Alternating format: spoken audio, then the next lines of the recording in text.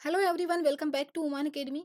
यहाँ मैं आप लोगों को करा रही हूँ एसएससी जीडी के प्रीवियस ईयर क्वेश्चन और उसका मैं जीके जीएस वाला पार्ट करवा रही हूँ। आप लोगों को पता होगा एसएससी जीडी में टोटल 80 क्वेश्चन आते हैं और उसमें से जीके जीएस के 20 क्वेश्चन पूछे जाते हैं। तो प्रीवियस ईयर क्वेश्चन से यही 20 क्वेश्चन सॉल्व कर रहे हैं 2023 के शिफ्ट से। तो वीडियो काफ़ी इंपॉर्टेंट होने वाला है क्योंकि इसमें अन्य इंपॉर्टेंट तथ्य भी देखेंगे जो आपकी आगामी परीक्षाओं में पूछे जा सकते हैं, इसलिए वीडियो को लास्ट तक देखिएगा। वीडियो अगर अच्छा लगे तो लाइक कर देना, शेयर कर देना, चैनल को सब्सक्राइब करके बेल आइकन प्रेस कर देना जिससे सभी वीडियो आपको टाइम से मिल जाए। देखो, ये परीक्षा आयोजित की गई थी 17 जनवरी 2023 को और शिफ्ट है सेकेंड। तो अब देखेंगे इसके किस प्रकार के प्रश्न इस शिफ्ट में पूछे गए थे और साथ में देखेंगे अन्य इंपॉर्टेंट तथ्य जहां से प्रश्न पूछे जा सकते हैं। तो पहला प्रश्न देखते हैं सितारा देवी से। सितारा देवी निम्नलिखित में से किस शास्त्रीय नृत्य से संबंधित है? तो ये जो संबंधित है ये है कथक से। तो क्वेश्चन 1 का आंसर क्या हो जाएगा? कथक। अब देखते हैं इसमें कुछ अन्य तथ्य। तो सितारा देवी काफी फेमस है कथक से, तो इनको कुछ अवार्ड भी मिले हैं जहां से प्रश्न बनते हैं। तो इनको एक पहला अवार्ड मिला था संगीत नाटक अकादमी पुरस्कार, संगीत नाटक अकादमी पुरस्कार। और ये इनको दिया गया था कब? 1969, क्योंकि सन भी पूछे जाते हैं बहुत ज़्यादा। फिर इनको पद्मश्री, ठीक है, पद्म के 3 अवार्ड होते हैं, पद्मश्री, पद्म भूषण और पद्म विभूषण। पद्मश्री इन्हें दिया जाता है 1973 में। और इसके बाद में इनको कालिदास सम्मान भी दिया जाता है, ठीक है। कालिदास सम्मान जो इनको दिया जाता है वो कब दिया जाता है? ये दिया जाता है 1995 में। तो इतने प्रश्न बनने थे। अगला प्रश्न देखते हैं, ये कथक से संबंधित है। क्वेश्चन नंबर 2, विश्व के जल संसाधनों में भारत का अंश कितना है? तो ये है 4%। विश्व की जनसंख्या की बात करें, भारत की जनसंख्या की बात करें, विश्व की जनसंख्या कंपैरिजन में, तो भारत में 17.5% विश्व की जनसंख्या रहती है, ठीक है। अगर क्षेत्रफल की बात करें तो विश्व के क्षेत्रफल का भारत का जो क्षेत्रफल है वो 2.4% है। 17.5% जनसंख्या में केवल 4% ही भारत में जल संसाधनों का अंश है, इसलिए जो भारत को जो रखा जाता है सबसे अधिक अभावग्रस्त, जल अभावग्रस्त देश की कैटेगरी में इसको शामिल किया जाता है। तो अगला प्रश्न ठीक है, इतने तथ्य काफी थे। अगला प्रश्न देखते हैं, क्वेश्चन नंबर 3। फरवरी 2022 में मुंबई के मालाबार हिल में राजभवन में नए दरबार हॉल का उद्घाटन किसने किया था? तो देखो, ये प्रश्न पुराना हो गया। ये क्या था? तत्कालीन राष्ट्रपति जो थे रामनाथ कोविंद ने, ठीक है। तो इसका आंसर हो जाएगा रामनाथ कोविंद। अभी इस समय जो राष्ट्रपति हैं वो माननीय द्रौपदी मुर्मू जी हैं। अगला नेक्स्ट क्वेश्चन, क्वेश्चन नंबर 4। निम्नलिखित में से किस शासक ने शुंग वंश की स्थापना की थी? तो देखो, ये की थी किसने? पुष्यमित्र शुंग। इनका पूरा नाम कह दो, पुष्यमित्र शुंग द्वारा की गई थी। कब की थी इन्होंने? सन पूछा गया है, 185 बीसी में की थी। इन्होंने क्या किया था कि बृहद्रथ जो मौर्य वंश का अंतिम शासक था, मौर्य वंश का अंतिम शासक होता है बृहद्रथ, ठीक है। बृहद्रथ की इन्होंने क्या कर दी थी? हत्या कर दी थी और किसके? शुंग वंश की स्थापना की थी। इसके बाद में इनका जो अंतिम शासक होता है देवभूति, देवभूति इसकी इसका मंत्री होता है एक, उसका नाम होता है क्या? वासुदेव, ठीक है। ये था शुंग वंश का अंतिम शासक, ठीक है। इसका मंत्री होता था वासुदेव। इसने क्या किया था? इसकी हत्या कर दी थी और इसके बाद में कण्व वंश की स्थापना की थी। तो यहाँ से देखो, 2 प्रश्न तैयार हो गए। कर्ण वंश की स्थापना किसने की थी? वासुदेव ने। कब की थी? 75 बीसी के आसपास, है ना। किसकी हत्या करके की थी? देवभूतियों की। शुंग वंश का अंतिम शासक कौन था? देवभूति। कौन थे? देवभूति। और मौर्य वंश का अंतिम शासक कौन था? बृहदत्त। इसके बाद में पुष्य वंश की स्थापना किसने की थी? 185 बीसी में की थी। किसने? पुष्यमित्र शुंग ने। तो सारे प्रश्न यहाँ से कवर हो गए। अगला प्रश्न देखते हैं, क्वेश्चन नंबर 5। निम्नलिखित में से किसे मोहिनी अट्टम में उनके व्यापक योगदान के लिए पद्मश्री से सम्मानित किया गया था? तो पद्मश्री से सम्मानित किया गया था किसे? कनक रेले जी को। कनक रेले जी किससे संबंधित है? मोहिनी अट्टम से संबंधित है। अब मोहिनी अट्टम की बात करें तो मोहिनी अट्टम केरल का क्या है? क्लासिकल डांस है, यानी कि शास्त्रीय नृत्य है। केरल के 2 शास्त्रीय नृत्य है, एक तो ये मोहिनी अट्टम है, ठीक है, मोहिनी अट्टम, और दूसरा है यहाँ का कथकली। टोटल भारत में 8 शास्त्रीय नृत्य हैं, ठीक है। एक ही राज्य ऐसा है जिसके 2 हैं। इसके बाद में भरतनाट्यम की बात करें तो भरतनाट्यम ये है तमिलनाडु का। कथक कहाँ का है? अभी मैंने पीछे कराया था वीडियो में, यूपी का है, ठीक है। और इसके बाद में कुचिपुड़ी, कुचिपुड़ी पूछा जाता है बहुत। कुचिपुड़ी कहाँ का है? कुचिपुड़ी है आंध्र प्रदेश का, ठीक है। और ये केरल के मैंने 2 बता ही दिए। इसके बाद में एक और याद रखना, क्षत्रिया, ये सबसे नया है। ये कहाँ का है? ये असम का है, ठीक है। और लास्ट में 2 नाम से ही याद हो जाते हैं, एक है मणिपुरी, समझ गए होंगे, मणिपुर का है, दूसरा है ओडिसी। ओडिसी कहाँ है? उड़ीसी का। टोटल 8 क्लासिकल डांस फॉर्म है इंडिया के, मैंने सारे कवर करा दिए और यहाँ से प्रश्न बनते ही बनते हैं आपके एग्जाम में। क्वेश्चन नंबर 6 देखते हैं, भारत में औपनिवेशिक शासन के दौरान कृषि में ठहराव के द्वारा स्थायी रूप से समाप्त कर दिया गया था। क्वेश्चन नंबर 6 का आंसर क्या हो जाएगा? 4, हरित क्रांति। तो हरित क्रांति खाद्यान्न उत्पादन को बढ़ाने के लिए, आत्मनिर्भर बनने के लिए, अधिशेष के लिए ये लाया गया था, और इसको बाद में जब कृषि में ठहराव आ गया था तो फिर इसे क्या कर दिया गया था? खत्म कर दिया गया था। बाकी इसमें कृषि हरित क्रांति के बारे में कुछ अन्य तथ्य जान लो तो ये इसको कृषि क्रांति भी कहा जाता है।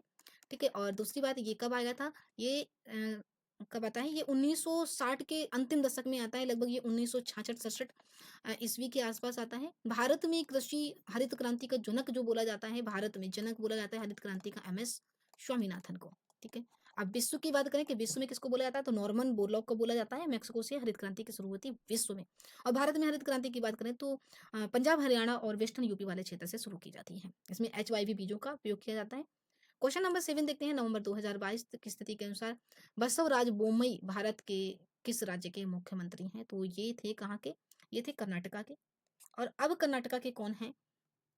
कौन मुख्यमंत्री? ये हैं सिद्धरमैया। वर्तमान में सिद्धरमैया जी हैं कर्नाटक के मुख्यमंत्री। 2023 में ये बने थे। अगला प्रश्न देखते हैं, क्वेश्चन नंबर 8, आंध्र प्रदेश में राज्य व्यापार सलाहकार समिति के अध्यक्ष कौन होते हैं? तो आंध्र प्रदेश में जो राज्य व्यापार सलाहकार समिति के अध्यक्ष होते हैं वो होते हैं राज्य विधानमंडल के अध्यक्ष। अगला प्रश्न देखते हैं, क्वेश्चन नंबर 9, जल का वैद्युत अपघटन निम्न में से किसका एक उदाहरण है? तो क्वेश्चन नंबर 9 का हो जाएगा वियोजन। ठीक है, ये वियोजन अभिक्रिया का उदाहरण है। क्वेश्चन नंबर 10 देखते हैं, कृषि उपज का वह हिस्सा जो किसानों द्वारा बाजार में बेचा जाता है उसे क्या कहलाता है? ये कहलाता है बाजार अधिशेष। देखो, बाजार में किसान कब अनाज बेचेगा? जब किसान का खाना पीना और सारी जरूरतें पूरी हो जाएंगी, तभी वो बाजार में अनाज बेचेगा, तो उसे बोला जाता है अधिशेष, यानी कि बाजार अधिशेष। ठीक है, अब अगला प्रश्न देखते हैं, क्वेश्चन नंबर 11, क्रिकेट में जब नियम के अनुसार फेंकी गई गेंद बल्ले या बल्लेबाज को छुए बिना बल्लेबाज के पास से गुजर जाती है और उस गेंद पर रन बनते हैं, तो वे रन किस रूप में माने जाते हैं? तो ये माने जाते हैं बाई। ठीक है, अगला प्रश्न देखते हैं, क्वेश्चन नंबर 12, प्रति व्यक्ति आय उस देश के एक व्यक्ति द्वारा अर्जित क्या होती है? देखो, जो प्रति व्यक्ति आय जो होती है उस व्यक्ति की औसत आय को निरूपित करता है, तो ये क्या हो जाएगी? औसत आय। ठीक है, टोटल इनकम जो होती है उसमें देश की अगर जनसंख्या से भाग दे दिया जाए तो वो प्रति व्यक्ति आय निकलती है, यानी कि औसत आय निकलती है, एवरेज इनकम। क्वेश्चन नंबर 13 देखते हैं, निम्नलिखित में से कौन सा त्योहार उत्तर प्रदेश में नहीं मनाया जाता? तो देखो, ताज महोत्सव मनाया जाता है, बुद्ध महोत्सव मनाया जाता है, गंगा महोत्सव मनाया जाता है, लेकिन जो नुआखाई जो ये महोत्सव है, ये नुआखाई महोत्सव उड़ीसा, झारखंड और छत्तीसगढ़, उड़ीसा, झारखंड और छत्तीसगढ़ वाले क्षेत्र में मनाया जाता है ये नुआखाई महोत्सव। और ये ताज महोत्सव, बुद्ध महोत्सव, गंगा महोत्सव उत्तर प्रदेश के शास्त्रीय नृत्य हैं। नहीं प्रश्न पूछा गया था तो मैं हो गया नुआखाई। क्वेश्चन नंबर 14 देखते हैं, डिकैथलॉन में कितनी स्पर्धाएं होती हैं, कितनी इवेंट होते हैं? तो डिकैथलॉन में होती हैं 10 स्पर्धाएं। ठीक है, 10 स्पर्धाओं में प्रदर्शन किया जाता है। और डिकैथलॉन क्या है? ये एक ट्रैक एंड फील्ड प्रतियोगिता है। ठीक है, इसमें कुछ क्या होती है, 10 स्पर्धाएं होती हैं, जैसे 100 metre sprint, 100 metre, 400 metre, 1500 metre, 102 metre बाधा, डिस्कस, भाला, कई सारी होती हैं। तो कितनी? 10 स्पर्धाएं होती हैं। ठीक है, शॉर्ट पुट, पोल वॉल्ट, ऊंची कूद, तो ठीक है 10 होती है, इतना प्रश्न में काफी है। निम्नलिखित में से किस तरल का पृष्ठ तनाव सबसे अधिक है? इथेन, इथेनॉल, जल या मेथेनॉल? देखो, जल का सबसे ज्यादा पृष्ठ तनाव अधिक होता है, जो जितना सॉल्ट मतलब आएगा वो बेसिक नेचर का होगा, उसका ज्यादा पृष्ठ तनाव होता है। और ये इथेनॉल, इथेनॉल और मेथेनॉल, इनका पृष्ठ तनाव कम है जल की कंपेरिजन में। नेक्स्ट क्वेश्चन देखते हैं, क्वेश्चन नंबर 16, भारतीय संविधान के अनुच्छेद 25 से 28 से संबंधित हैं। 25 से 28 से कौन सा संबंधित है?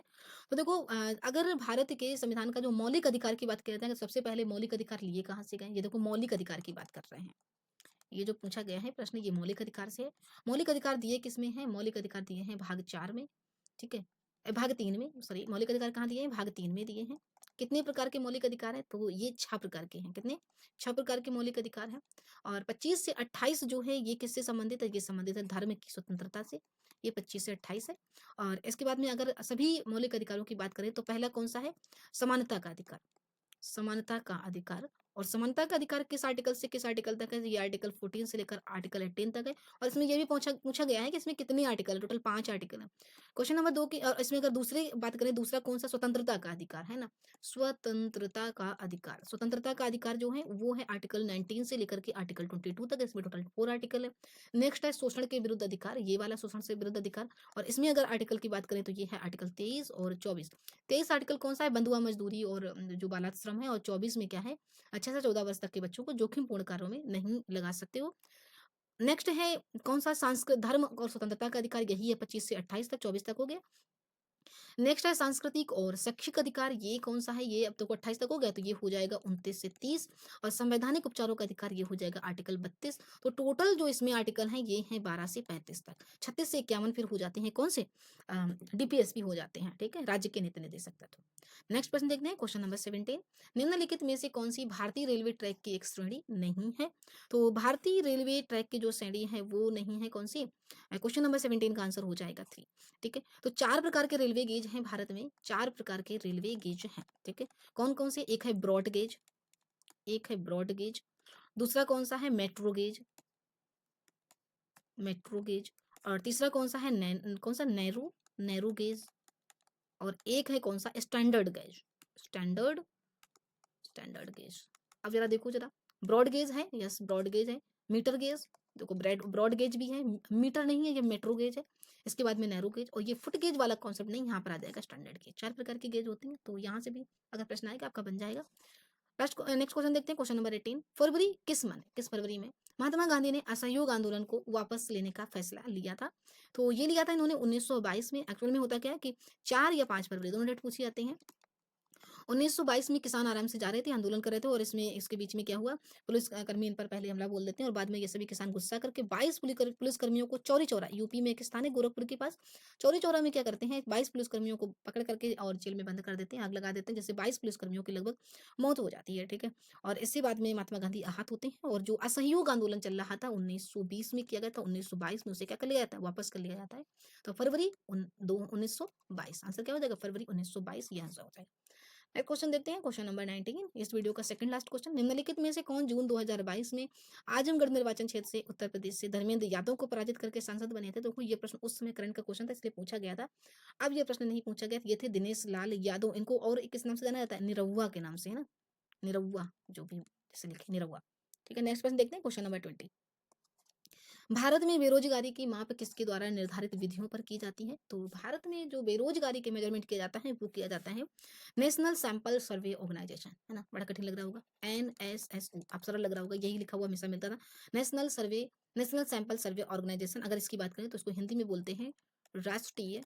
नेशनल हो गया, सैंपल मतलब हो जाएगा प्रति 10, सैंपल की हिंदी होती है प्रति 10, सर्वे मतलब सर्वेक्षण और संगठन। ठीक है, इसके द्वारा की जाती है, ये 1950 का है, तो अपनी स्थापना के बाद से ये रोजगार का मापन करता है, ठीक है? तो ये था आज का वीडियो। जितने भी हो सकते थे, पॉसिबल हो सकता है उतने स्टैटिक पार्ट वाला क्वेश्चन भी देख लेते हैं, जहाँ से आपके एग्जाम में प्रश्न पूछे जा सकते हैं। तो वीडियो काफ़ी अच्छे रहते हैं। पिछले वीडियो अगर नहीं देखे हैं तो वो भी वीडियो देखिएगा, क्योंकि इसमें प्रीवियस ईयर क्वेश्चन के साथ-साथ आपके स्टैटिक पार्ट वाले भी कवर हो रहे हैं। और आगे भी वीडियो आते रहेंगे, तो आप उन 2023 के कंप्लीट वीडियो आने अगर देखना चाहते हैं, तो आप क्या करना है, चैनल को सब्सक्राइब करके बेल आइकन प्रेस कर दो। वीडियो अगर अच्छा लगा है तो लाइक ज़रूर कर देना, आप लोग लाइक करना भूल जाते हैं। शेयर कर दो फ्रेंड्स में। और वीडियो आपको कैसा लगा, ये बात आप कमेंट बॉक्स में ज़रूर बताएँ। मिलते हैं नेक्स्ट वीडियो में। Thank you for watching.